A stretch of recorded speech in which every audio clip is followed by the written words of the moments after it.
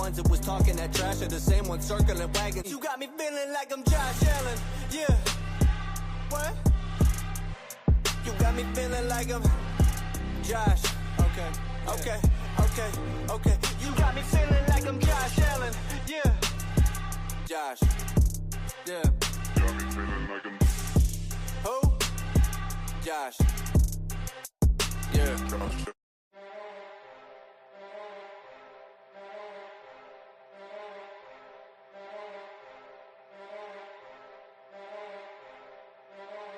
Ones that was talking that trash are the same ones circling wagons. You got me feeling like I'm Josh Allen. Yeah. What? You got me feeling like I'm Josh. Okay. You got me feeling like I'm Josh Allen. Yeah. Josh. Yeah. Got me feeling like I'm who? Josh. Yeah. Josh.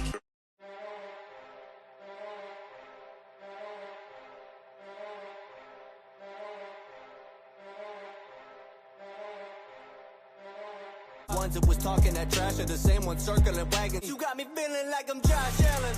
Yeah. What? You got me feeling like I'm Josh. Okay. You got me feeling like I'm Josh Allen. Yeah. Josh. Yeah. Got me feeling like I'm who? Josh. Yeah. Josh. The Buffalo Bills beat out the Kansas City Chiefs yesterday in Orchard Park, 28-21, to go 6-2 on the season and push the Chiefs out of playoff contention for now. We're going to discuss all of that, trade rumors, Brandon Beane moving some money around, and a lot more on this episode of Circling the Wagons.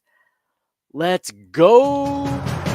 To my friend Nate and all the listeners of this podcast, no one circles the wagons than Nate Descape. Circle the wagons, Buffalo. Where else would you rather be than right here, right now? Hey, let's go Buffalo. Hey, let's go Buffalo. The Bills make me wanna shout. What is up, Bills Mafia? Welcome to another episode of Circling the Wagons, a Buffalo fan base podcast. I am your host, Nate, guys. Thank you so much for joining us on this tremendous Victory Monday, where we're just going to discuss the Buffalo Bills win against the Chiefs yesterday, 28-21 in Orchard Park. Went down to the last play, but the Bills played tremendously throughout that entire game. We're going to talk a lot about that. We're going to also, go along with, what we normally do, stats of the game, Sweet Sassy Molassy plays of the game, Wall of Fame, Wall of Shame, and we're also going to hit on some trade items, some trade topics to talk about since the trade deadline is tomorrow.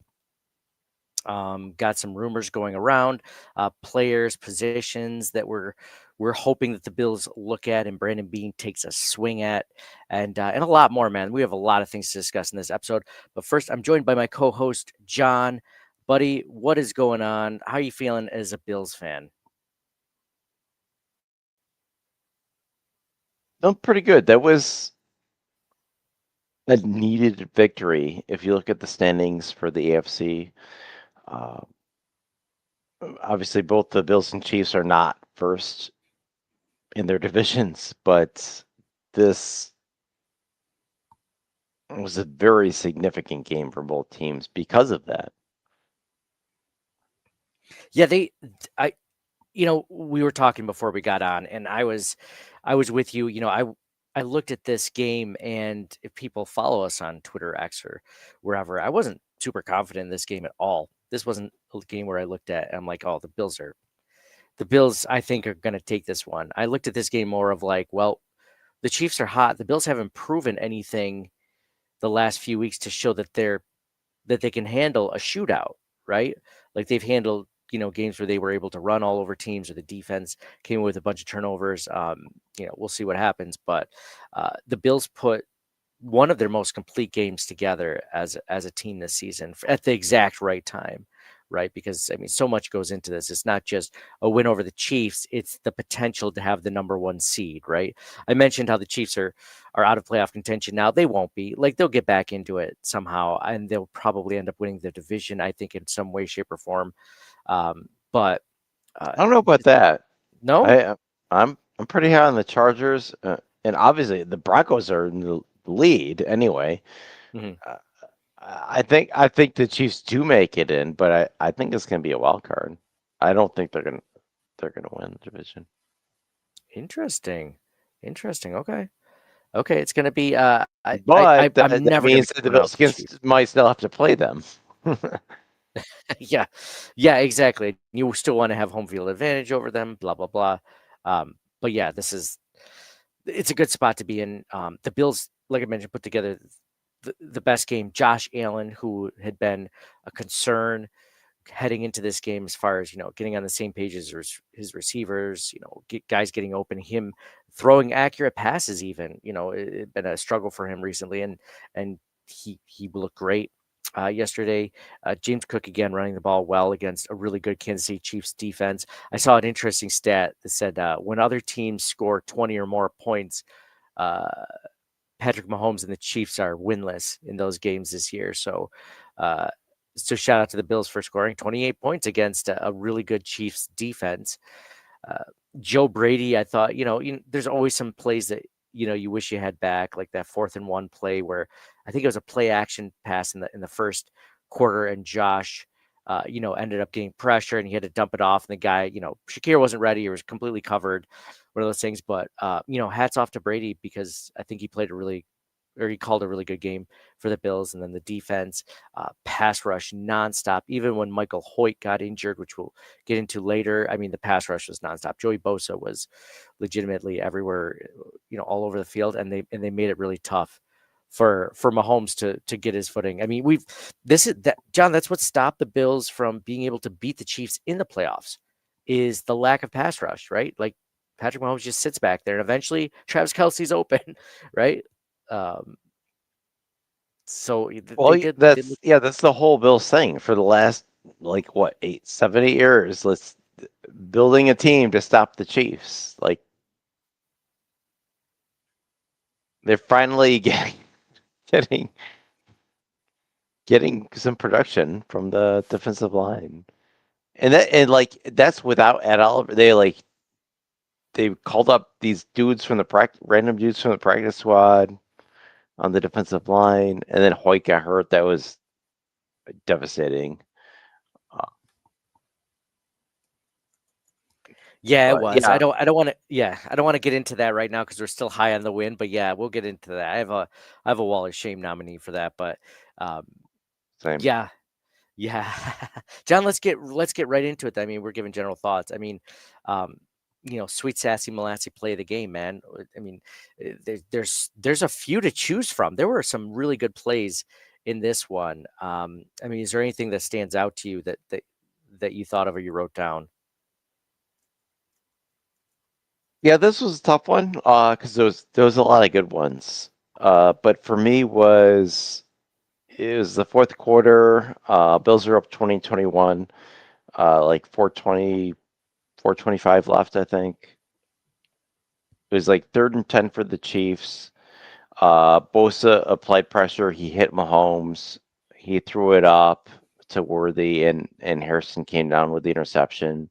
I think that was just like perfect balance of like the pass rush and then somebody in the defensive backfield making a play, like we're used to seeing from maybe we might be 3 years removed from it now, like back when Hyde and Poyer were back in the defensive backfield and we had somebody blitzing or a pass rush kind of thing. I just thought that was really great, and it was late in the fourth quarter, so it kind of was a great play. Dude, what a perfect game for Maxwell Hairston to show up in and have such a big game against one of the fastest receivers in the league, right? He was. I mean, people that have seen social media saw him running step for step with Worthy, which the Bills don't have. I mean, almost all over the field, on both sides, they don't have a ton of speed like him. And that's the reason why they drafted him. And there were several plays where he was, at least a few plays where he was step for step for Worthy that we saw, and it was great. He held Worthy to 3 receptions on 7 targets for 23 yards. Like that's a good stat line for a guy that good, for a guy that fast, that dangerous against this Bills team, especially a team that has trouble defending guys deep because of that lack of speed. Yeah, he looked great. Jimmy Harrison is what up from South Carolina, man. What's up, Jimmy? What's up, Jimmy? Welcome to Circling the Wagons, bro. So I love my play that I was going to say, obviously the last play of the game when, Mahomes chucks it up. But I thought what was perfect about that, from all standpoints, was that, Mahomes is so good. He's so good that, like, there are times where I was watching him, and I was actually fortunate enough to go to the game, and I'm watching him play, and you get like angles that you don't normally get, but then also you don't get a lot of the replays that you normally get by watching it on TV. So it's double-edged sword. But like, I mean, Mahomes is throwing up a lot of these like 3rd down, 4th down passes, and he's completing them. Like the fact that you could tell he's just like chucking it up there, and he's so accurate that he's getting it to him. So even when you do have really good pressure, like, you're not necessarily going to, disrupt Mahomes enough for him to not make a play. But on that one, the Bills only rushed 4 players, and they still got to him within a few seconds, because we're used to them rushing 4 and then, Mahomes moving around, waiting for a guy, shuffling around this way. And then he chucks it up after like 10 seconds or something. Right. And then, there's a player he's ready for or whatever. He had to get rid of that ball. There was no time for him to wait for something to develop or, hope that Hail Mary is just put in a perfect spot where a guy was going to go. He needed to get rid of that ball. So Joey Bosa great with the pressure on that play. And then another Cole Bishop breakup. Cole Bishop had an amazing game. We're going to get to Wall of Fame later. And they were everywhere. The Bills' coverage was everywhere. There were a couple of 3rd and longs and fourth down plays that, they weren't there for, but that's par for the course for the Bills. But when it mattered on some of those, they actually made really big plays. So that's going to be mine. But I was also a big fan of AJ Epinesa taking a shot on Mahomes on the sidelines. Do you see that one where he just like? I was surprised it was not a flag, because that would. That's a typical Chiefs flag, right? Oh yeah. And I don't even know if I would have been upset if they did it. I mean, you're always upset as a Bills fan, but you're like, that's. I didn't think it was. I still think it was a pretty good. I still think it was clean, but that doesn't necessarily matter in the eyes of the refs. They see Patrick Mahomes get hit on the side. He's on the sideline. But then again, like, you have to hit him. You have to hit. Just like Josh Allen. If Josh Allen's by the sidelines and he's looking to throw the ball, you have to hit him unless he's like giving himself up. You have to. Because if he's not, he'll make a play. So you have to at least hit him hard enough to make him think, hey, maybe next time, like, I'm actually going to get rocked for this, right? And he did. It was a perfectly formed tackle by AJ Epinesa. I loved it. That's good. It's a sweet. It's an honorable mention for Sweet Sassy. Oh, I can't believe how did I not do this, dude? I can't believe. Sweet Sassy Molassie, get out the checkbook and pay Grandma for the rub down. Yeah, that was their Sweet Sassy Molassie. I haven't seen that in a while. There was the first touchdown was really good. I mean, a lot of honorable mentions. The first touchdown was good. Dalton Kincaid wide open because his defender fell down. I'm like, I don't care, man. I'll take it. Yeah, the turf monster. Is that what Roma said? It's something like that. He might have, dude. I didn't hear him. Okay, all right. I wasn't. Oh, that's right. You're at the game. I imagine that's something he would have said. No, dude. It was a perfect football. It was a perfect day for football. It was, 50 degrees. And oh my gosh, it was an amazing day. Yeah. And what's funny is I saw from the broadcast on CBS or NFL on CBS, like, they had snow in the broadcast. I'm like, there's not a drop of snow anywhere around here. It was so weird. Like, it was like they made snow just for that broadcast, that pregame thing. I'm like, that's weird. It was weird. It's like, you don't have to force it, man. Like, Buffalo's not always snowy in October or November, right? Like, it was funny. But yeah, it was it was a good game to go to. The fans were great, obviously, and it's one of the reasons why my voice is a little hoarse today. But worth it, man, worth it. Let's go into Wall of Fame and Wall of Shame. Let's start with Wall of Fame, of course, like we always do. Wall.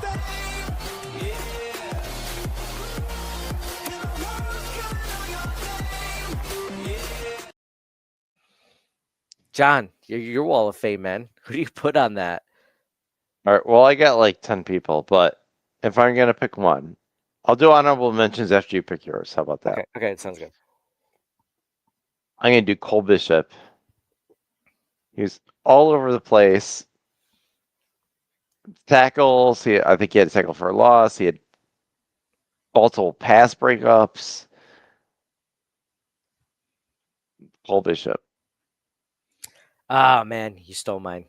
You stole mine. I mean, there's so many honorable mentions that I'm sure we're gonna get into, but yeah, dude, Wall of Fame, Cole Bishop for everything you just mentioned, and then you have to add in the fact that I mean we've been critical of him. Bill's Mafia has been critical of him.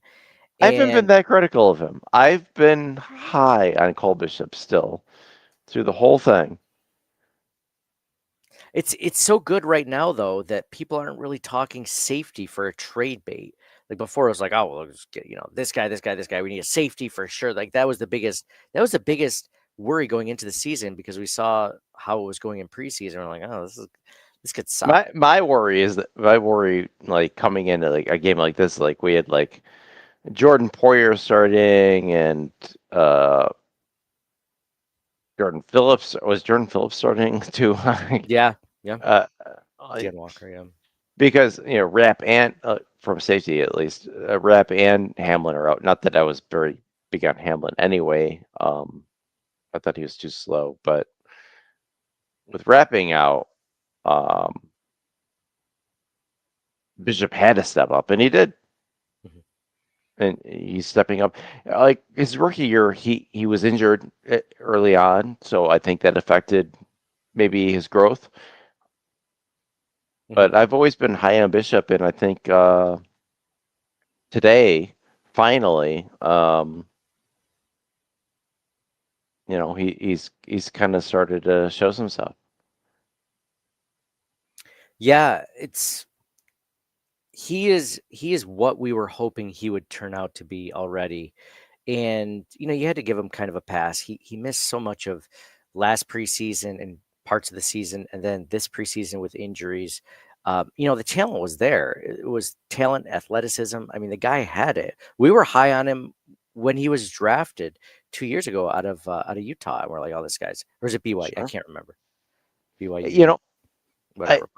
Yeah, and I wonder, like, having Poyer on the field or being active, like, kind of maybe helped him along a little bit, like the kind of mentorship that when he's on the practice squad, obviously he's there and helping the team and everything, but actually, being on the field at the same time, that might have helped him too. Yeah, and John Robert brought this up. I saw this over social media. Jordan Poyer hugged Cole Bishop at the end of the game. He went right over to him as the game was ending. I mean, I think it's you don't think about all these other things. You're like, oh, talent on the field, like these really hard skills and hard abilities that you can see happen in game time, like live, right? Like what's happening during the game. You don't think about some of those things like leadership, communication between Poyer and Bishop. Poyer's obviously at the very end of his career, but it sounds like he's mentoring in the way that they wanted him to mentor Bishop and get to that. So get Bishop to another level. And it's crazy to think that, normally you'd never say, oh, I want Rapp to be taken out so Poyer could go in. But in this instance, maybe it's an addition by subtraction because he has that, veteran leadership and the ability to mentor the young safety and get him to where he needs to be and really coach him up. So from a guy who's just used this system and been so good at this system for so many years, and Poyer being able to relay this to a guy who's only been in a team for less than a year and a half. So, yeah, I think you're right. John, who else? You have a ton of people on your wall of fame. Yeah, I mean, we already talked about Allen and Cook. Kincaid, I mean, 6 targets, 6 receptions, 101 yards, a touchdown. Awesome. Gilliam, great as always. The pass rush was incredible in this game. Bosa, 5 quarterback hurries, a sack, a bunch of tackles, a couple for a loss. Rousseau, 4 quarterback hurries, bunch of tackles, half a sack. Overall, as a team, they had 15 quarterback hurries. They held Mahomes 15 of 34, 44% completion rate for Mahomes. Passer rating was one of his lowest ever. Didn't throw a touchdown. He was under pressure like over 50% of the time. I feel like it's that Michael Jordan meme where it's like I used to dream for days like this. This is what Brandon Beane has been trying to do since that first AFC Championship game against them a few years ago.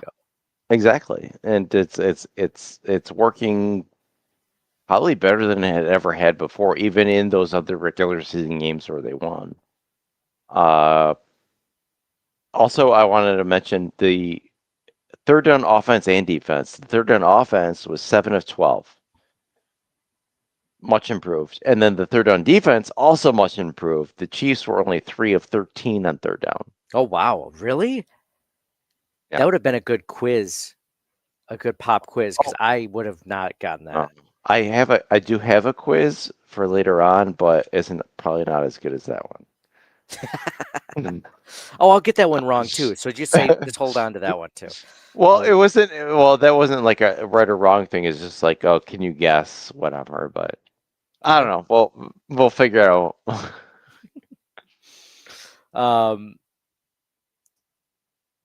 Yeah, those are some good ones. Do you have Josh Allen on your wall of fame? Yeah. Allen, Kincaid, Cook, Earl on there too. But Bill's all O-line blocking for Cook again. Yep. O-line. Oh yeah, no Chris. What happened to Chris Jones? Because he was the ghost. Because the offensive line, right? Yeah. Like there was like the Bills, like all facets of the game. I mean, there were a couple of things, right? We'll get into Wall of Shame, but like for the most part, they pretty had a complete game, I thought. Yeah, John Robert is in again. Joey Bosa for the Wall of Fame. That's a good one. That's a really good one. Again, I thought it was really early when I said this, back in September, but I'm like, Joey Bosa is everything that we wanted Von Miller to be, and we didn't get from Von Miller after the injury, and we're getting from. Yeah, Miller got injured, right? The last 2 seasons from Von Miller, yeah. And it was the same thing. It's the same thing with Bosa. It's like when we got Miller, it's like, oh, hopefully he doesn't get injured, and they did it. And then, oh, Bosa, hopefully he doesn't get injured, and our fingers are still crossed, right? Yeah. I mean, everyone. That's another thing, like the defensive play calling, the pressure. Give so much credit to Babbage and McDermott for being able to scheme up this pressure, because I mean, think about all the freaking players they've lost on that defensive line. Like they should be getting absolutely no pass rush based on who they've lost on the interior. Did you see who they called off from the practice squad, like the defensive tackles and stuff? Like they look good. Like, Phillips, Matthias looked good last night. Yeah, it's like, Oliver's Logue, and now Hoyt is done. Like this is gonna be. Bosa looks great, and Rousseau looked good too. Like that's great, but now the depth was the concern because of these other guys that they're getting hurt. Yeah, it's going to be interesting to see, and unfortunately, Hoyt out with that Achilles injury. It was confirmed today. The average. Here's a pop quiz for you. Average recovery time for an Achilles for an NFL player to get back on the field. Not just like recover from surgery, but get back on the field to play on Sundays. Like a year, right? 12 months, you think? Yeah. Is that your answer?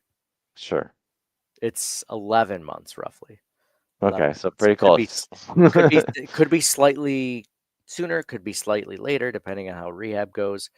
But yeah, that's the disappointing. John just came in. Daquan Jones is practicing this week. I did not see that. That's great news. We need Daquan Jones back. Yeah, that's another one. He's been injured too. Daquan Jones has been out for a while. Ed Oliver obviously went on IR last week. He may potentially come back in January, but we can't hold out hope that he will. That's tough. Yeah. Before that, though, it's a potential that TJ Sanders could come back from IR. He could come back as soon as I think next week, if at least open the window if he's ready. We never got full confirmation on what that injury was, but it was a knee injury that he had surgery on. It could have been, we would have known if it was an ACL. Like that would have been. Also, how good do we feel about TJ Sanders anyway? I mean, we need bodies, John. We can't be like. I know. No. But I mean, I don't think he's playing bad. I don't think he's playing. I think he was showing some flashes at points, and then he just got injured in practice, right? Like it wasn't. I don't think he was. I mean, he wasn't making as much of an impact as Deion Walker per se, but he was showing flashes. There were times where he got upfield, in the pass rush, and maybe not a sack yet, but there were some pressures and hurries, and he was doing what we were hoping he was, just not in a larger scale. If that makes sense. What are your thoughts on Landon Jackson? I don't know, man. Not good. I mean, they have to put some guys on inactive, right? Because Javon Solomon's a second-year guy. He's not going to be inactive because they use him on special teams. If that wasn't the case and they used someone else on special teams, I think Javon Solomon would probably be inactive and Landon. I don't know. What's funny is unlike Michael Hoyt, when Michael Hoyt came back from his suspension, like a lot of Bills media members were like, this is going to be good. Like we saw him at training camp. He looks good. He's going to be a difference maker. I'm like, oh, I'll believe it when I see it. Right. And he was 100%. With Landon Jackson, nobody talked about Landon Jackson, like hardly ever during all of training camp and preseason. They weren't like, oh man, look at this kid. Like they were saying some of those things about TJ Sanders and Deion Walker, not a lot, but there were mentions. With Landon Jackson, I feel like I hardly heard anything about him. So right now, not looking great, but third round rookie. I mean, what do you think about that? Basically, what you just said. Hope for more. I just like for a third round pick, you would think he would be involved more at this point. But maybe the development is just slower, and that happens with players. It might be a couple of years, and before you never know. Yeah, they got time. It's not, you don't need to rush them out. Luckily, this season, because they are getting some production out of their defensive ends. Even AJ Epinesa, like I mentioned, like the game before this last game, he's a game wrecker against the Panthers. So, I mean, I like him this season. I would not start even Javon Solomon over AJ Epinesa at this point, the way he's playing. So, no. I know AJ Epinesa is not a starter. He's still depth, but I mean, in depth per se, I wouldn't start hardly. I mean, you'd have to go Rousseau, Bosa, and then AJ Epinesa, right? Like, who else are you playing over him? Am I missing someone? Well, Hoyt when he was obviously active. So, yeah. Then you talk. Then we're talking about the trade targets, right? Like, do you want defensive tackle with like Jones and Oliver being hurt, or a defensive end to supplement Hoyt injury? A lot of people like receiver, but I kind of like, especially after this last game, it's like they can figure it out. They can do the everybody hates thing. I'd rather get defensive linemen with those injuries than a receiver personally. So here, let me share this. This tweet from Field Yates. He mentioned on X, So the Bills restructured the contract of cornerback Taron Johnson by converting base salary into a signing bonus, a move that created an extra 1.75 million in salary cap space. So the Bills are on the move potentially. I mean, you figure it's for a trade. It's got to be. I mean, all the signs are pointing to that. John, if the Bills do trade for a position, we'll start with position first. If they do trade for a position, you got to think defensive line, right? Or are you thinking potentially, like you just mentioned, probably not wide receiver because of that, but I think defensive, because of the injuries, I think defensive line is more of a deal. So, or they should focus on that at this point. I think with what they, I mean, yeah. I'm getting into the point specifically where I want defensive tackle. I mean, you mentioned the 2 practice squad call-ups. I mean, they had to make them. They only have Ogunjobi and Deion Walker active, like in their 53-man roster. So, I mean, that should be your priority. Now, like, if I had to prioritize them, let me know what you think of these top 3. Like, it would go defensive tackle, wide receiver, and then, I mean, and then what? Like, I mean, would you even consider safety? I mean, I consider safety maybe as a potential upgrade to Poyer. Poyer's technically not on the active 53. He's still a practice squad call-up. So there is potential to get better at safety. I put that probably over corner at this point, only because we have Hairston back. So that's added depth. And Dorian Strong, he was put on IR. He could potentially come back later this year too. So I think I'd put it there. I think I'd put defensive tackle. We just need bodies. And there've been some really cool names thrown around, like Harrison Phillips, a reunion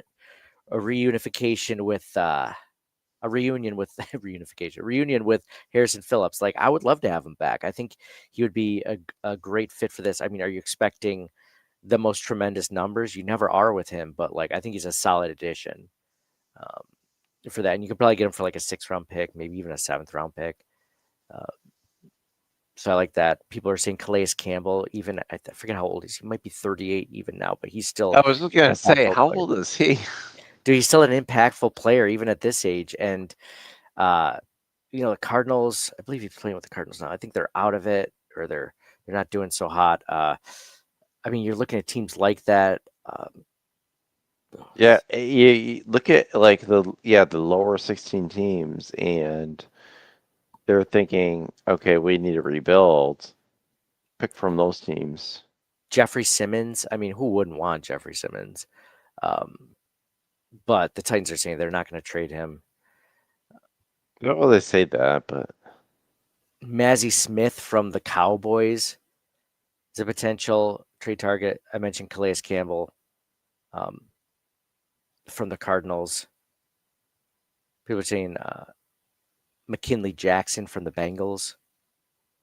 I mean, these are all guys that, like, yeah, they're in teams that could be looking to sell, and you wouldn't have to give up a lot for them, and you could potentially afford most of them. Really, at this point, I would take any of those guys. I mean, to me, I'm just like, we need more bodies, but at the same time,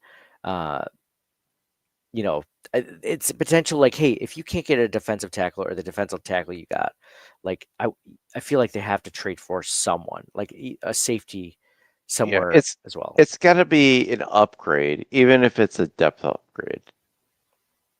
So that's gonna be the biggest factor. Like, you can't just willy-nilly, like, oh, I want this guy, but like, who are you replacing him with? So,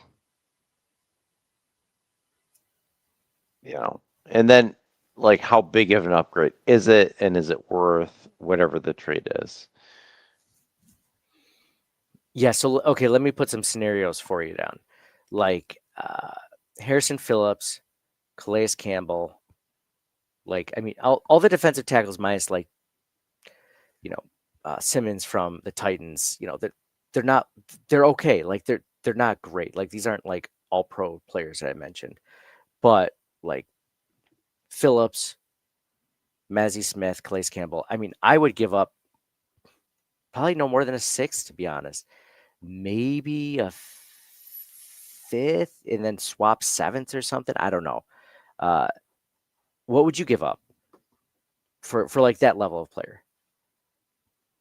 Yeah, I wouldn't give up much. Fifth about the most or sixth?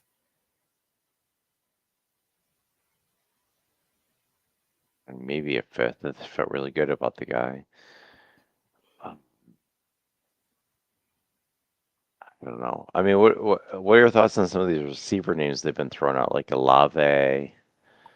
Well, Or first of all, I don't think that the Saints are getting rid of Olave. You rarely get rid of your franchise wide receiver, right? Like, I mean, this just doesn't happen that often, especially unless you have like I think of when the Vikings traded Diggs away. Now, mind you, there were other things working on the background, but then they also had Adam Thielen at the time, didn't they? They were about to draft Jordan Jefferson. I mean, Justin Jefferson. You never know, obviously, how that's going to turn out, but um, I think you rarely do that unless you definitely have a good. I mean, they have young quarterback, right? Olave's also got like he's been Injury history, right? a ton of concussions and stuff, right? I can't remember what his injury issues are, but yeah, that's his big knock. But yeah, I mean, I would love him. I'd take him in an instant. Jacoby Myers, I would do the same thing, even though I know he's probably a little bit more of a slot receiver. But I was listening to the Eric Wood podcast, and he had Richie Incognito on, and he played with Jacoby Myers with the Raiders in Vegas, and he's like, dude's a stud. He's like, he's like, I was not familiar with his work before he came from the Patriots. He's like, he's good. Like the Bills would get an instant upgrade. So I trust guys like that. That know what the Bills have currently and what they could potentially get. So I mean, we need playmakers on offense, and if he's a playmaker, absolutely. What about you? I mean, from playmaker standpoint, it'll be great to have a trio, right? Like there was always back in the 90s, there's always all these triplets, right? Quarterback, receiver, running back that you'd always talk about, like Kelly Thomas and Reed, or Aikman, Irvin, and Emmett, or that kind of thing. And the Bills don't have the receiver part of that right now. They have the Allen and Cook part. So that would be very intriguing if they had something. I don't think Jacoby Myers is that triplet part. No, me either. But I mean, you're not going to get that guy, right? Like this far into the season, you're not going to get your Andre Reed or whatever. That's no, you got to draft him. You got to draft him. Yeah, you actually have to draft him. Is it Coleman? I don't know. Maybe. Dude, when you were talking about Landon Jackson earlier, like I kept thinking in my head, I'm like, which wide receiver was around in the third round that we just decided wasn't good enough for the Bills? Like that's what I was thinking in my head. I couldn't remember because we were looking. I mean, you and I talk off season. As soon as the Super Bowl's done, we go into our big board of Bills needs, and we like break down of what kind of player the Bills what kind of players the Bills currently have and which ones we want them to go after. And they haven't gone after those wide receivers, in a few years. I mean, Keon Coleman, when he came out, like, and this isn't a knock on Keon Coleman, I still think that he can grow and get much better. But I wasn't like a huge fan of him. I wasn't like the Bills have to get him like I was a couple of other wide receivers in that class. But the Bills haven't drafted any of the wide receivers. They don't draft wide receivers, really, besides Khalil Shakir. I mean, how much besides Keon Coleman, Khalil Shakir, Khalil Shakir is like almost 4 or 5 years ago now. Like, they just don't put a lot of... He was a 5th-round pick. Yeah, he was a 5th-round pick. They got lucky on. He's a great 5th-round pick.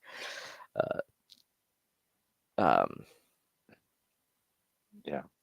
So I love the idea of Olave. It's not going to happen. I think the Bills have a much better chance of getting Shaheed, their burner on offense, which would be good, which would be a great, yeah. Well, so that's why I think that trade is perfect for the Bills and the Saints, because the Saints aren't relying on him to be the future wide receiver of that team like Olave is. Like, Olave is their number one, right? So you can take a number 2 off a team or a number 3 off a team, and a guy that they probably won't re-sign for a ton of money no matter what. I think he was just extended recently, but I mean, this guy isn't the future of the franchise necessarily, right? Like, um, as you can see it right now, he has what the Bills covet in speed down the field. The Bills don't have it. He's got great hands, make a ton of moves. He's dangerous with the ball in his hands. He's just like a faster Khalil Shakir, maybe with it not as much shiftiness as Shakir because he's so difficult to bring down. But and there's a lot to like about him. Plus, like not for nothing, man. Like he returns punts and kicks. Like you can finally get rid of Brandon Codrington because it feels like they're trying to when they make him inactive each week. Like you free up a roster spot by getting him. Also, which I don't know. We'll see. But Yeah, yes, with all these injuries, they're going to probably have to cut Codrington at some point anyway, because what are you going to do? yeah. John, Wall of Fame, Wall of Shame. Hold on, real quick. We forgot to do Wall of Shame. See that one. Shame. Shame. Shame. Shame. Shame. So Wall of Shame for you, man. There's not a ton, right? No, I had a few. I mean, I think the major one for me is kind of a cop out, but it's the Michael Hoyt Achilles injury. I mean, Yeah. it just like that's just weighing on my mind. That kind of really sucked. If you want to be more legitimate on like actual things, the Prater missed 52-yard field goal with 27 seconds left. That was kind of rough. Chiefs conversion on 4th and 17. That was terrible. Yeah. And the Bills failed 4th and 2 on the second drive of the game. Was also pretty terrible. Yeah, those are all really good ones. The Michael Hoyt injury was the one that I had underlined in my notes. Just sucks, man. It sucks for so many different ways. The fact that he was suspended the first 6 games, he comes back, plays with his hair on fire, and you look at that, and a guy like that, which we had read things about, and you see some of the clips of him, but you don't know until he gets into your system and he's playing how well he's going to fit in. Maybe he fits in terribly and he just can't find his footing, or in this situation he plays the best football he's ever played and he's a key member of the defense. And when you look at a long run into the postseason, you point back to like this guy being part of it, right? Like this jack of all trades. He moves into defensive tackle on pass rushing downs at times, but then he also plays on the edge. You never know where he's going to be. The defense always has to account for him. And then it happens a game and a half in, and it's just like a gut punch, man. Like when you saw him limp over, you're just like, oh, who is that? I think it's a 5. Like I remember watching it from the stands. Like I think it's a 5. I was like, ah, shit. Like there's only so many different players with a 5 on the defense. I was like, I hope it's not Hoyt. I hope it's just like a twisted ankle or something, minor they can get over in a few weeks. Just whatever, or maybe like short-term IR. I don't know. And then you see that I'm reading Twitter in the stands, and it's like, oh, good news is he got, he hopped out. They didn't bring out the blue tent for him, right? And then the next tweet is, oh yeah, now they got the cart out for him. You're like, well, that's never good. Yeah. Like, it doesn't usually happen where they bring the cart out and he doesn't go on IR. Oh, he just, just got a stinger. Like, yeah, that's pretty rough. That was tough. The stinks, like I mentioned, 11 months, man. 11 months. So the earliest we get him back is October of next season. So, yeah. And what was his contract? Was it 3 years though? It was 3 years, luckily. So like, it's funny. I tweeted after the first game. I'm like, I'm glad we got this guy for 3 seasons. I'm like, shit, but I don't want a game and a half each season. I don't know. And then Oliver's out for the year, maybe for the playoffs, who knows, type of thing. And then Rapp's out for the year, like all these guys. Hamlin, I mean, not that like I think Hamlin was a key piece, but that's another guy. It's another guy that's out. Dwayne Carter, a defensive tackle, he was supposed to be a rotational guy. Like he was supposed to be one of the major rotational guys, until certain things happen, and he's out. He definitely, I mean, he tore his Achilles in August. He's not coming back until at least August or so. Yeah, Yeah, I mean, it's just if it wasn't for major injuries, man, like what would the Bills? How many Super Bowls could the Bills have been to potentially? Like, 100. uh, so all those things you mentioned were great. I don't really have anything to add to that, John, for the Wall of Shame. I think those are really good ones. What about this one though, as a potential ad? Because I saw a lot of people tweeting about this, a lot of people mentioning this. Is Sean McDermott's timeout usage? What do you think about that one being on the Wall of Shame? So I think some of it was good, some of it was bad. Obviously, the defense wasn't prepared on a couple of plays where they had to call a timeout. Like they're like still like looking back and like talking to each other while like they're about to snap the ball. So like obviously you have to call timeout because they're definitely not prepared. So that was good. But at the same time they weren't prepared. So I mean, is it, chicken or egg kind of scenario? But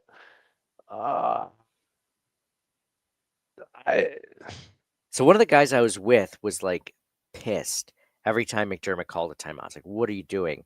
And there was one time where it's 4th and 5 that the Chiefs were lining up for the field goal, and McDermott called a timeout, and everyone's like, "What are you doing?" Like they're just about to kick it. you're always seeing the kicker. They, the guy next to us was like, no, that's good. He's like, they were lined up off sides. He saved them a 5-yard field goal by doing that, or 5-yard penalty by doing that, potential first down for Mahomes. So I'm like, if that's the case and he saw that and he called a timeout, freaking best timeout ever to do that, right? Like you saved potentially 4 points by doing that one timeout. Yeah. If that's the case. And luckily it didn't. At first I was just like, this seems really odd. I don't agree with a lot of these. But at the same time, it's like they didn't end up biting them.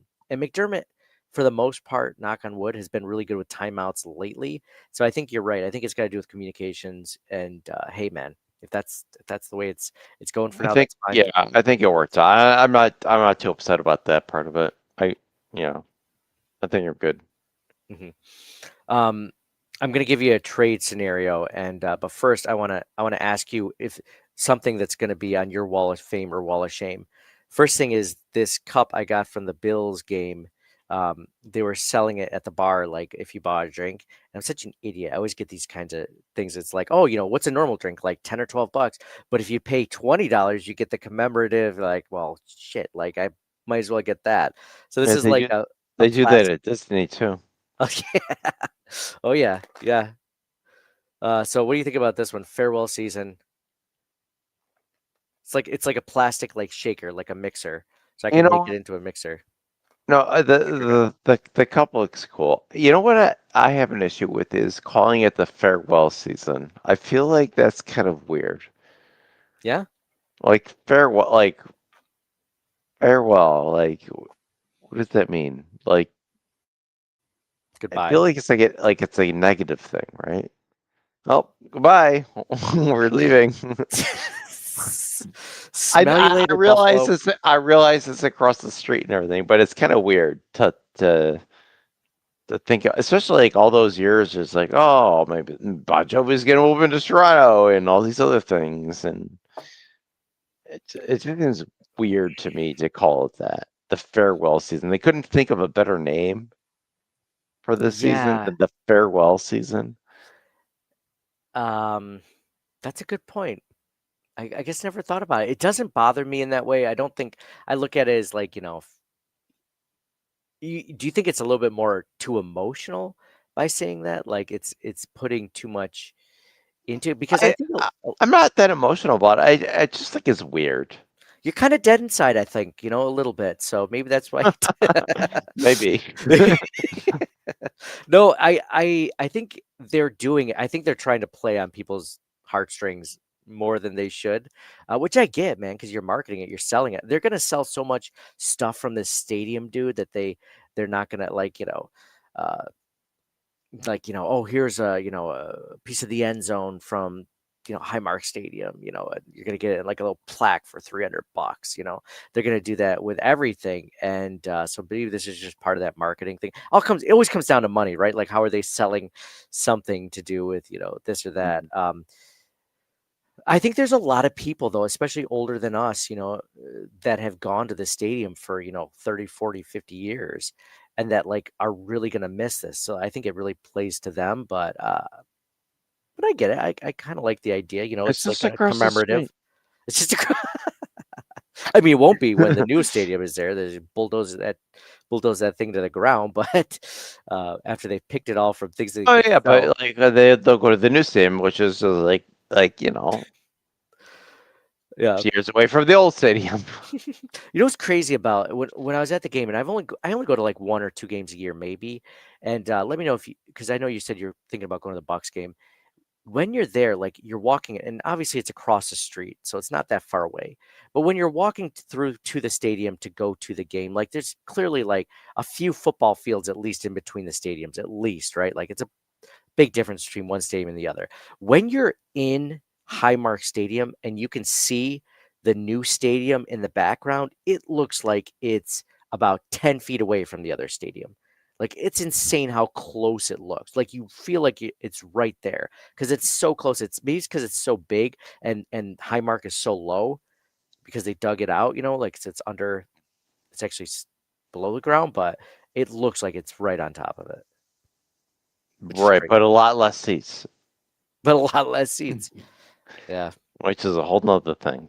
I was talking to the guy I went to has club seats, which is really cool. I haven't been to club seats that often in my life, but this was one of those times, and they're always great seats. He was saying club seats right now go for about $3,000 for the season, right?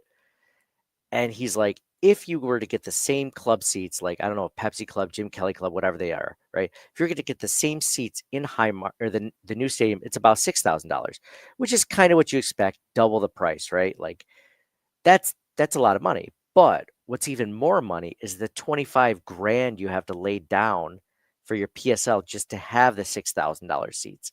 And that's where it gets hard to stomach because he's like, even my company's not paying for that next year. He's like, that's crazy. And he works for a good company. So it's like, that's crazy. Like who else is paying for those besides companies or unless people are just selling crazy, like individual tickets, right? And you can do the 3,000 one. I know now 3,000 doesn't look so bad. Why the hell weren't we doing that this whole time? Remember when we got season tickets at the Rock Pile and it was like $450 or $500 for the whole year? Bro, I was gonna say like 275. Like I think it was under 300 for those tickets. You know what? That might have right. I might be thinking like parking and food. Like I think I was in my head already like the total cost. But you're right. The actual season tickets were less than that. Part of that might have been though because they had a Toronto game, I think, even at that time.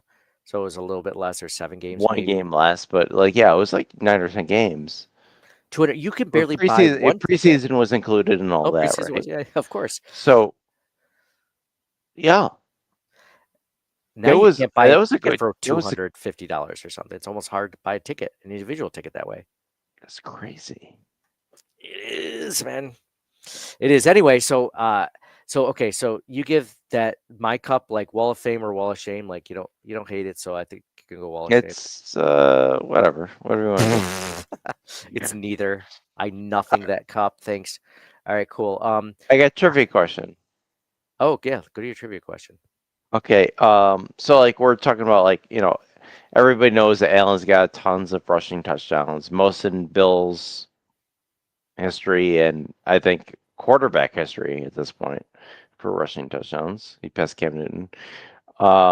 But Josh Allen career rushing yards, as far as franchise records are concerned, he is currently 5th all time. Really? Rushing yards? Bills rushing yards. And he needs 24 yards to get to number 4. Can you name the current top 4 running backs in Bills history for rushing yards? Definitely get the top 2. I figured. I mean OJ, Thurman, right? Top 2. Yep. Thurman's number 1. 11,000 something, and OJ's 10,000 something. So Jeez. yes. The next one is gonna be. Did he play like while we've been fans, or was this before our time? Yes. No, while we're fans. While we've been fans, you're like before. Yes, they would. Yeah. I'm gonna say Fred Jackson. Number 3. Correct. All right. So number 4 is Number probably someone that's not been in our Um, fandom before. in our lifetime, but you might be kind of young. So it's got to be during his before time Thurman, with the obviously, Bills. or at least like the very beginning of Thurman's career. But he was a starter in 80. When did he come out? 88, 87? Thurman, yeah, Thurman was 88 to 99, and OJ was 69 to 77, and this player was in between the two. This is gonna sound stupid because I'm so ignorant when it comes to the players before I was born. But like, is it like Cookie Gilchrist, or was he a wide receiver? I don't remember. No, Gilchrist was a fullback, running back type, but he was like, he didn't have a ton of yards. How many yards did he have? He's like not even top 10. Okay, cool. Oh, is it He's 13th. It's like Booker Edgerton or something like that. What part of what makes this question hard is that the Bills, like as a team, have had lots of 1,000-yard rushers, but the thing is they've had lots of different running backs that have rushed for 1,000 yards outside of Thurman and OJ. That makes it harder, but no. So he was 1980 to 1985 for the Bills. After the Bills, there was a contract dispute with the Bills, but he did end up playing for San Francisco, and then eventually Indy and Miami, but only in limited time. But his rookie year, he had 1,100 yards and 11 touchdowns for us. 1980, he made Pro Bowl 3 times for us. Dude, I cannot think of another running back. I'm being 100% honest. I can't This think of is another like running back. the Chuck Knox era where he had good defenses. I mean, I don't have a name Joe to give you. Ferguson was the quarterback. By the way, cool that they had Joe Ferguson at the Legends of the Game with Jim Kelly. That was kind of cool. Yeah.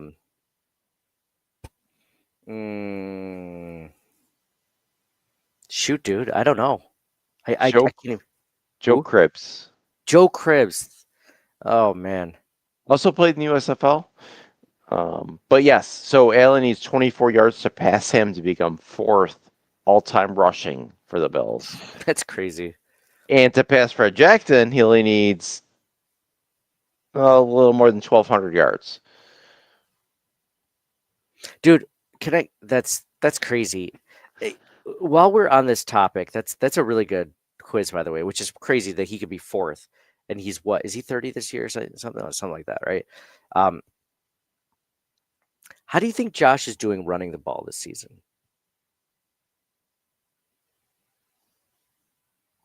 What do you mean?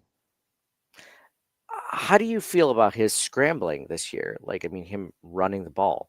Do you think it's pretty good? Better than normal, average, below average compared to past seasons? Yes. I guess I haven't noticed, so I didn't have to say average.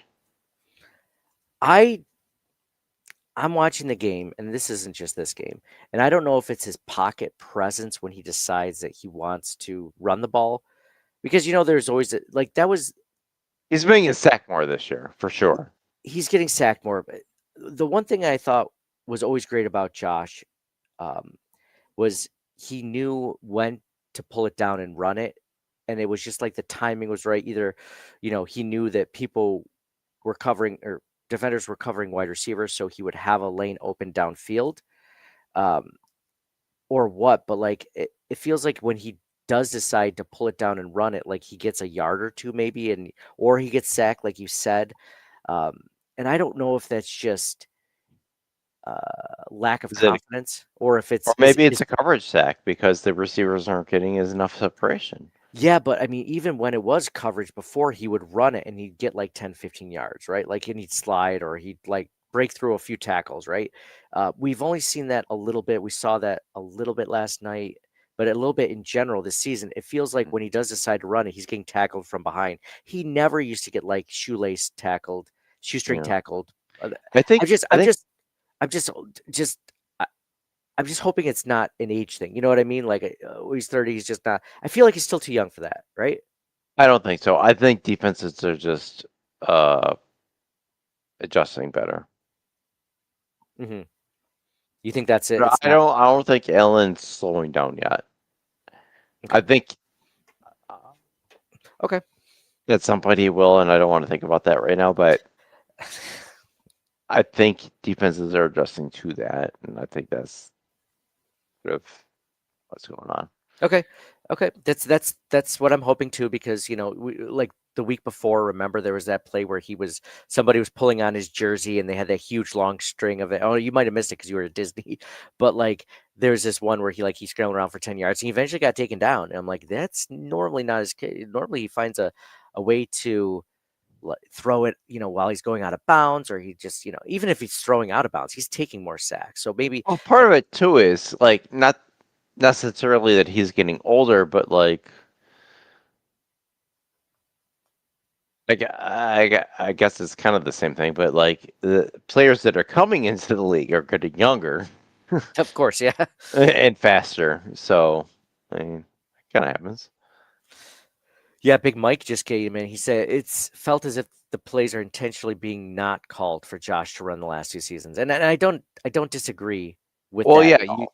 you want to do that last as their quarterback ages too. So Yeah, and Joey Hatch just said he can't be a 25-year-old Josh Allen forever. Man, you don't have to remind me. But yeah, he's right. I still feel like I'm 25. You look 25, man. You look great. You look Oh, better than thanks. when you were 25, man. So to let that go. Okay, last thing for Wall of Fame, Wall of Shame. I just have to share this last thing. It's a cup that they were selling also at the stadium, which I decided not to buy. So here's like one of these stadium like beer steins or cups or whatever. You see this one? That's pretty sick. Pretty cool.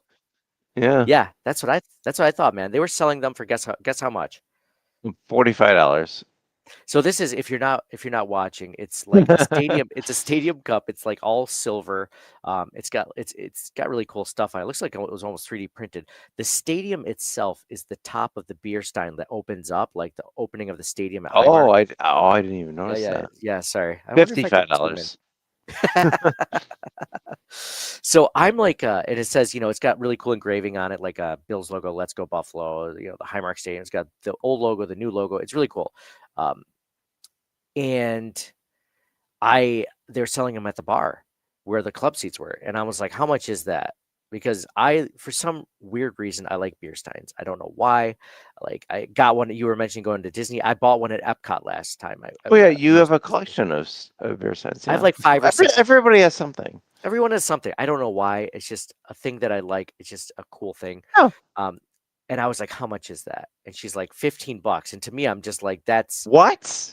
like, I will throw like whatever's in my wallet just because I feel like Oh that. my I was goodness willing to go like gracious. 60, like, right? Like, that's not like a good beer stein. 60's kind of high, but But if it was a good like ceramic beer stein, like those go for like $100 easily, right? $15? Was it plastic? It's plastic. It's plastic. Now, does that bother you? Because to me, I'm like, like, I'm gonna break it. It And looks really cool, but it's not the same as an actual thing. yeah, exactly. What a cool idea, man. It looks amazing. It looks fire. But You know what they should have done? They should have had like 2 different versions. The cheap version and then like a nicer version. yes, exactly. Because I would have bought that nicer version. Like, I would have, because there's sometimes where you see like a cool hat, right? Like, or whatever. Like, you're just like, that's $40.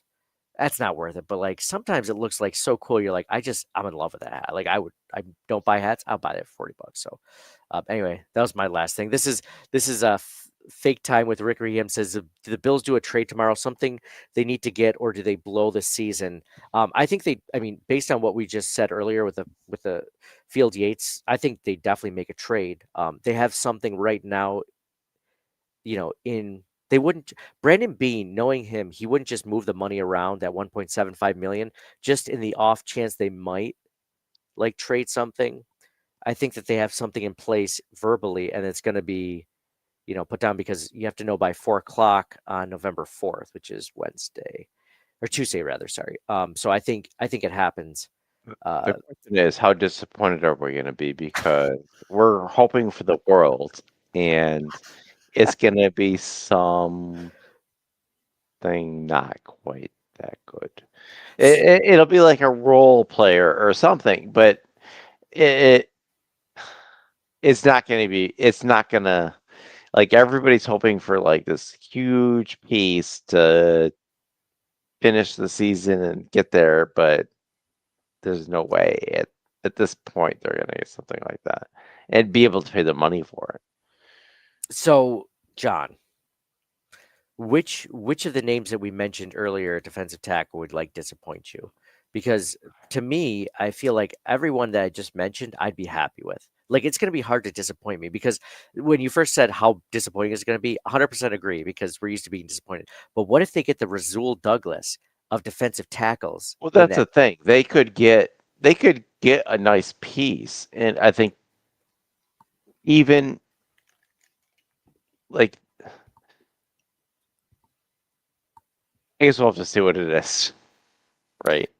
I mean, everyone I mentioned, I'd be good with, because you're getting a player that has experience that could come in and be automatically started as a rotational piece. I'm all in for that, especially considering how well the defensive line is doing in general. With the way that these practice squad guys are being called up. So I think it's going to be. I think it's going to be that. But even if it's a wide receiver, like, I mean, we mentioned Jacoby Myers, we mentioned Chris Olave, we mentioned Rashid Shaheed. I would be okay with all of those as Yeah, I guess it depends on how bad they think the Josh Palmer injury is. True. He's not on IR though, so we saw Elijah Moore make a big play this week. Kincaid's been doing well. So maybe they don't need to focus on receiver. Maybe it really is going to be defense if they're going to make a move, and I think that kind of does make sense. So if they have Cook and Allen, maybe the rest of it can just kind of fall into place. Yeah, I think Big Mike says, are they thinking end of the year rental or long term? I think it's going to be. I think it's going to be one of the two. I think rental. Rental. Yeah, because the cap and everything, they got to factor all that, and who's up for next year. The cap is already kind of strapped, so Bills do not have. I think they want to get through the season, to be honest.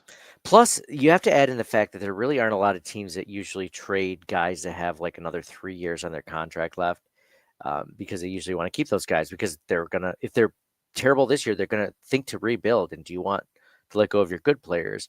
So, like Rasul Douglas, he did have another year left on his contract after they traded him. So I think that's the most you're gonna get usually, is like, you get a Rasul Douglas who has like, this season and maybe next season on his contract, but it could be voided or whatever. So yeah, I think it's a rental. It's a rental player, which is fine, because they just need to get through this season, with one of these guys, and then go into it next season. Joey Hatch says, so let me ask you a question. Brandon Beane isn't that good in the draft, so would you be willing to move picks for a good player? Talk about Brandon Beane's history of trading for players. He doesn't have a great history, really, at least, especially a wide receiver. Think about Kelvin Benjamin he traded for, remember? And then traded for Diggs. That was good. Oh yeah, off season, like not in. I guess I was thinking. Okay. But no, that was a great trade. You're right. That was an amazing trade. But like Amari Cooper, like that didn't really amount to much. More of just a distraction for the other wide receivers, I think. He hit on Rasul Douglas. That was a great trade that he made. Am I missing any other in-season trades? I think that's it. What was the beginning of that question? You had it on the screen and then it went away. Brandon Bean isn't that good in the draft, so would you be willing to move picks for good players? So he's not specifically saying receiver, and he has hit in the draft, but it's typically not at the beginning of the draft.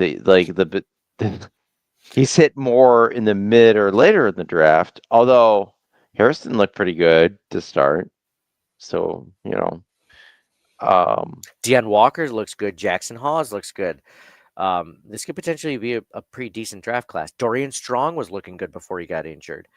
right. And you look at the draft, a few years ago with Cook and was it Cook, Shakir in the same draft? And Yep, that was Cook and Shakir. also Terrell Bernard. Bernard. Not Dorian. Christian Benford. That was a good draft. Benford. So yeah, there has been good drafts.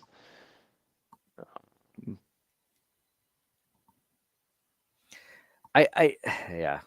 When we're losing, we're thinking how terrible Brandon Bean has been at drafting, right? Well, the only time they lose is in the playoffs, and not necessarily the first game. It's like into the playoffs, like so we're nitpicking at this point. Yeah, I really. think Like, remember the drought? Yeah.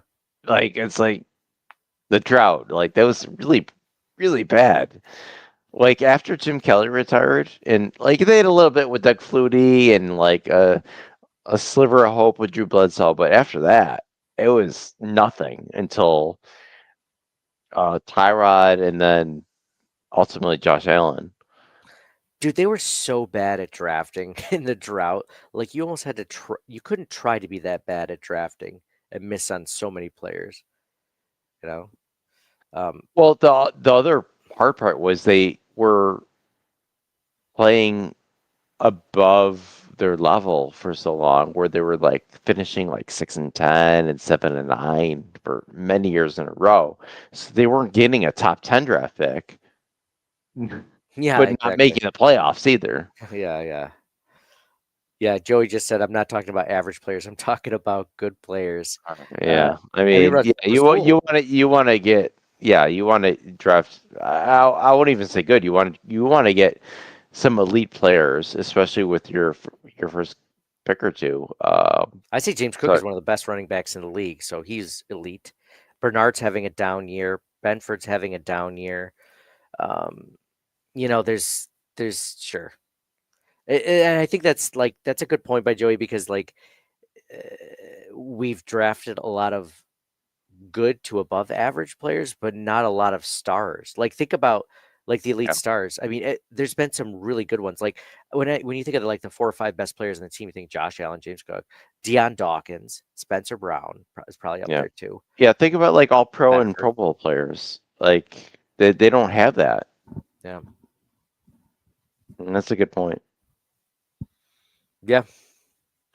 Yeah, but I think what happens is the Bills trade for a defensive tackle tomorrow, and it ends up being a guy that we don't even mention on this podcast, and nobody's mentioning, because when Rasul Douglas was up for a trade, or when the Bills trade for him, nobody was talking about Rasul Douglas. I mean, the Packers were still in playoff contention at the time, I believe, or they were 3-4 or 4-5. They weren't out of it. They made the playoffs that season. Rasul Douglas was not on the block. So I think that's what it ends up being. It's a rental, it's a defensive tackle, and it's a player we probably haven't been talking about. Or it's Harrison Phillips. That the stars are just aligning too much with that trade. Yeah. But I mean, I'd kind of be excited about Calais Campbell, because I know he wants to probably win a Super Bowl. He's older, but he's still impactful. That's a cool thing I'd be interested in. But yeah, you hate old guys. I get it. You're ageist. It's cool. It's fine. Yeah, I hate myself so much. Hey, no, it's just in your athletes, man. You're just you're like Leonardo DiCaprio. You only like your players 25 years and younger. Well, I'm in this dynasty league, so it's hard. But no,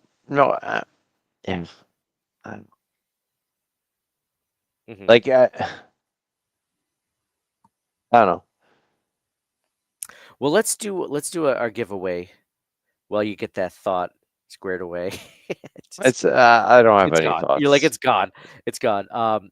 By the way, if you're not familiar, we do a giveaway. Try doing every week on the podcast. We have our last Tito's jersey to give away. We gave away one already. We gave away a Tito's football. Thanks to the folks over at Tito's to donate this stuff and give it to us for some collabs we did with them. So cool. Thank you, guys, all for listening.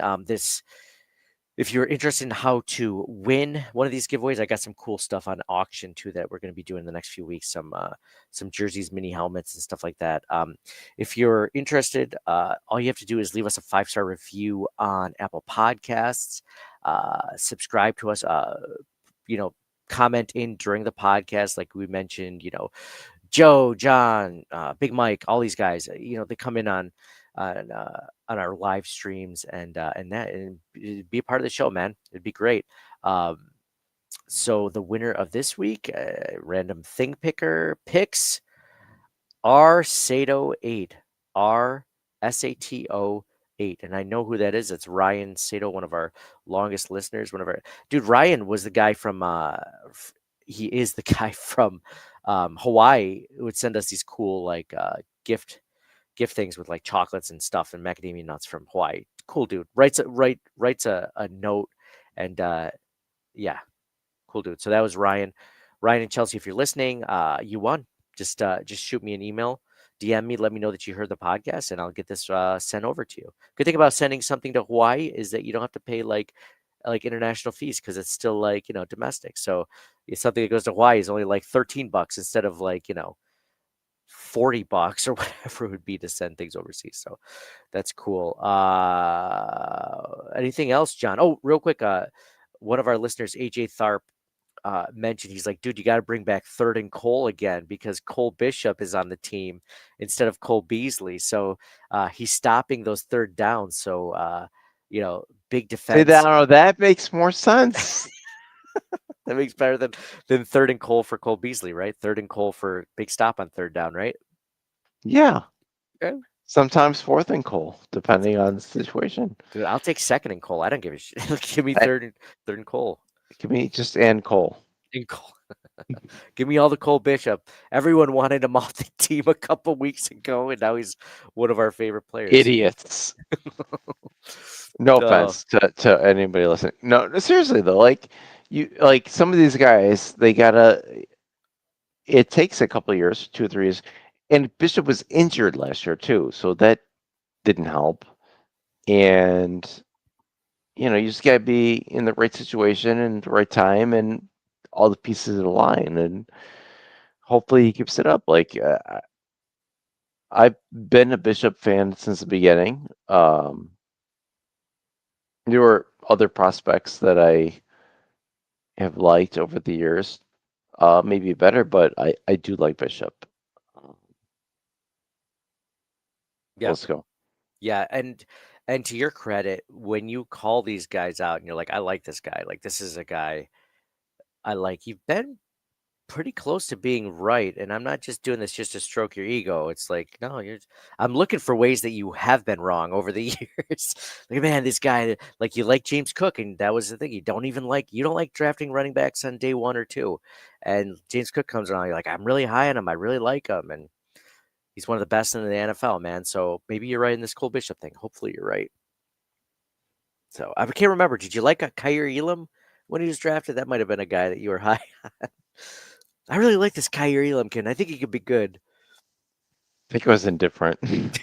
You're like, I wanted Trent McDuffie. That's what I want. Cool. So thank you guys all for listening. Appreciate you being a part of the show. Thanks for everyone that tweeted and commented in during the live stream. I don't have any final thoughts. How about this? So next week, Miami. Do you want to guess the line? It's in Miami. Let's see. Miami just got beat 23-6 by the Ravens. The Bills just beat the Chiefs. The Bills are going to be favored. I'm guessing it's just going to be just over 1 score. It's going to be like 8.5. It's pretty close, 9.5. 9.5. Okay, I like that one. Yeah, and I think I checked like yesterday, and it was like 7.5, so it went up 2 points, Recency bias, man. I guess. But like it was after the game was played, so I don't know. Dude, the Dolphins played the Bills tough that first game. Yeah. That was not a runaway game. What the Dolphins are also dumpster fire. I mean, they I still know. scare me because like a divisional game, they do have talent on their offense, but the defense is terrible. Like I don't know, like I don't want to take anything for granted for divisional opponents, but you should win, right? I know. I know. Exactly. You would think so. It could be one of those games where, like, they play out of their minds and the Bills win by a last-second field goal. It's. Did they? They didn't fire McDaniel, did they? No, but they furthered GM. Good. He deserved So it. that means that, and he's been with the team since for 25 years, not necessarily always as GM, but like he's been there for a long time.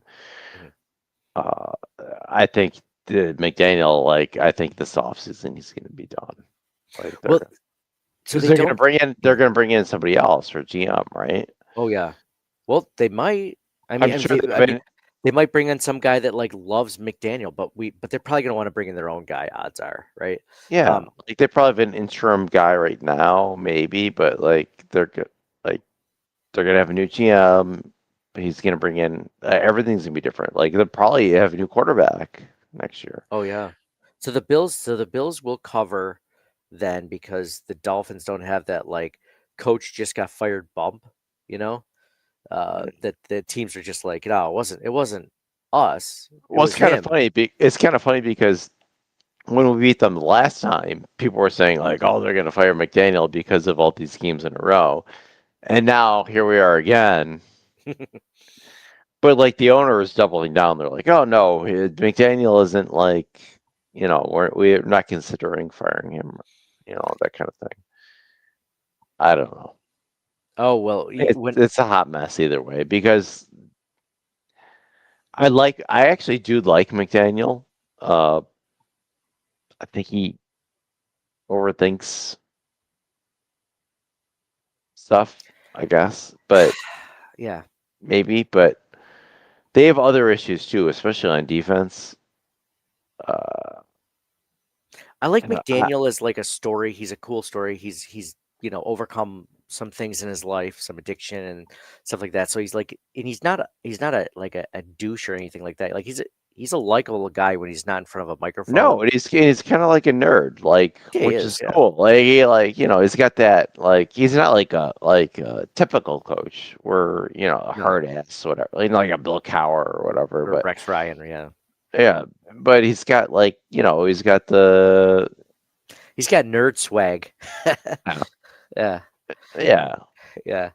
But at the same time, I don't know if players dig that as much as they would dig the Bill Cowher sort of types, right? Yeah, I don't know. Yeah. I feel like probably not. That's easier to get away with when you're a coordinator than it is a head coach. You know what I mean? Yeah, or maybe if he was winning consistently, it would be different too. Yeah. Yeah. Luckily, we don't have to worry about that. We have things. Also, I'm, as much as I would root for a guy in that scenario, I'm happy that he's failing because it's the Dolphins. Yeah, exactly. Yeah, exactly. That's more of the same with the Dolphins. So cool, man. Thanks for doing this, dude. Great talking to you. Talking Bills victory over the Kansas City Chiefs. Always a great conversation, man. If you aren't already following us, hit the like, the subscribe, comment in whenever you want. Follow us on YouTube, Facebook, Instagram, Twitter, X, TikTok, whatever. Find us there. So thank you guys all for listening. As always, thanks for sticking with us. So for John, love you, go Bills. And for me, Nate, love you too, man. Love you guys all out there. Go Bills, and we'll talk to you guys again Thank you for listening to the Circling the Wagons podcast. Download and subscribe to us in your favorite podcast service. Email us at ctwpod@gmail.com. That's Charlie Tango Whiskey Pod @gmail.com. Follow us on Facebook and Twitter at CTWPod. And most importantly, go Bills! Nobody circles the wagons like the Buffalo Bills. Nobody circles the wagons like the Buffalo Bills, Nate. Well, listen, the whole show is called Circling the Wagons. Say no more. I love it.